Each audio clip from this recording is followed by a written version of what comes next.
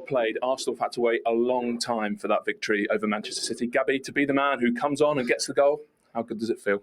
No, I'm not the man. I think everyone has your part in this victory. I scored the goal, but was the whole team, the staff and the fans as well. It was everyone, And as you said, I'm happy, and the team is happy as well. More than 3 points? For sure, everyone knows how hard it is to play against them, even when they play away, But as I said before, it's not impossible to beat them, Like we have to congratulate them to how they work, how they play. But it's our home, We had to try everything, run, fight, and with the ball be efficient to score goals. I'm very happy for Gabi. He come on and help us. That show how strong our team is. So congrats for everyone. And what about for you? You basically staggered in here. You're so exhausted. How hard do you have to work to beat Man City? Well, it's not easy. Play 3 games in 1 week, 90 minutes. And I did it. I think I'm back with my fitness. As like I always been, like fighting, running everywhere, helping the team without the ball. So today I can run and help them. But like Gab says, whole team played amazing, and we won the game. That's why. Yeah, Gabby, what about your fitness? When you limped off against Everton, I mean, how quickly after that were you thinking City's the target?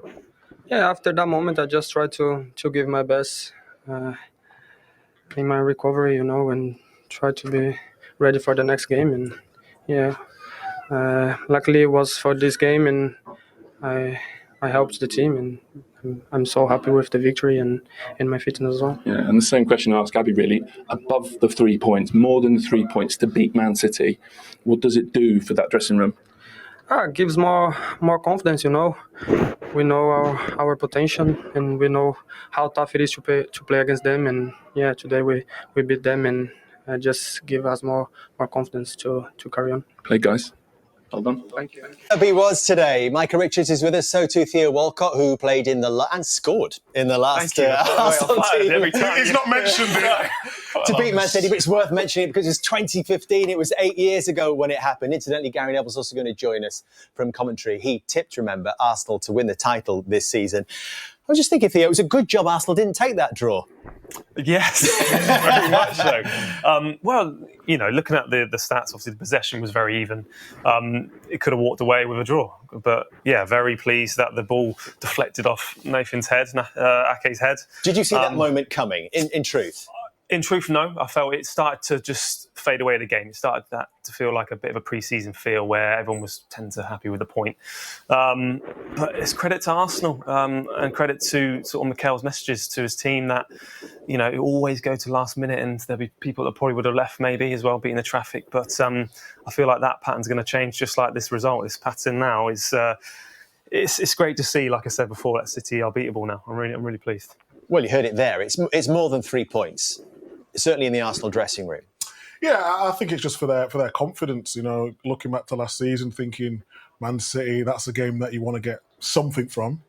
Today, probably Arsenal would have been happy with a draw, but they get the 3 points. I don't think Arsenal were at their absolute best today, but the way they approached the game was definitely more intelligent. Man City are going to dominate the ball, but I just thought they defended well. I thought Saliba, and we talked about Saliba last season, and I missed him for some key games last season. But this season is coming. He's playing the best football of his career, and today again he was outstanding. So that moment did come very late on. How? Why? Where was the spark? Oh, well, the spark was, Mikel's first of all making all these substitutions.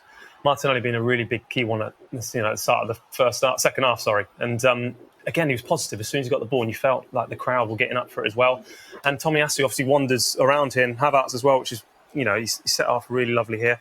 And yeah, he's got a bit lucky with there, but it doesn't matter. You sort of look for your luck there. But Tomiyasu coming at left back, Micah. Yeah, but we talk about risks in football, and he's probably come on to do a defensive job, take off Zinchenko, but he gambled. He's seen the space. He had a little look round there. just anticipating where the ball's going to go, and then gets ahead.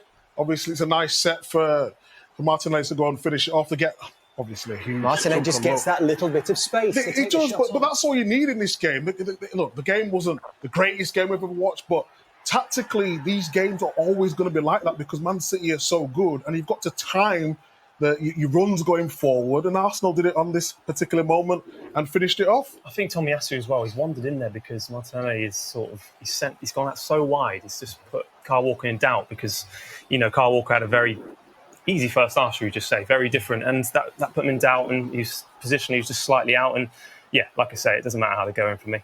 This should say as well, there's nothing really that Nathan Ake or Edison can do in that situation, Mike. No, I mean, we can't be critical. I mean, if we're being really critical, you stood still. I think keepers always say to defenders, when someone's in that position and they have a shot, try keep as still as possible, but it's anticipating where the ball's going to be. If it hits the head, it could go somewhere else. It's gone there, hit this side, but you can't put too much blame on him for that. There was still time. There were 7 or 8 minutes left in the game with stoppages as well for City to have something to show for it. I just don't think City are at their best. They're getting over the line. Even the games at Leipzig, 1-1, and they bring on Alvarez, he scores, and Doku scores, but they're not free-flowing. When they get through the line, so they beat the first press, and everything's comfortable, they're on the ball, playing really good football.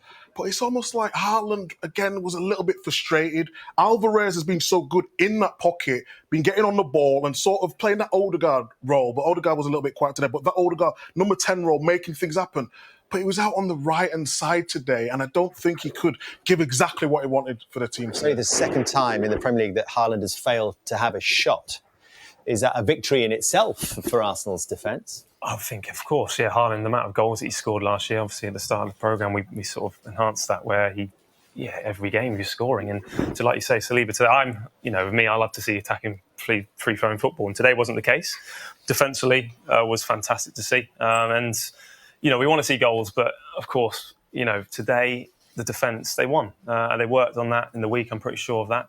And you've got to give credit to them because they knew how to play Man City today. It really worked. And Arsenal fans aren't going to care about that, are they, Mike? No, it's a 3 points. You go away. I mean, we want, as entertainment, we want them to play free-flowing football, so it's going to be end-to-end, but against Man City, you can't do that. You play like that, you get punished, and today they got the win. And you wonder if actually that's the plan. That was the plan, to reduce it to little moments in the game and hope that you're the team that's going to... Well, you could see, couldn't you, the energy in the ground from the start, it was all very nervy, all very cagey. Arsenal was a little bit further back. There wasn't pressing as high and at the same pace.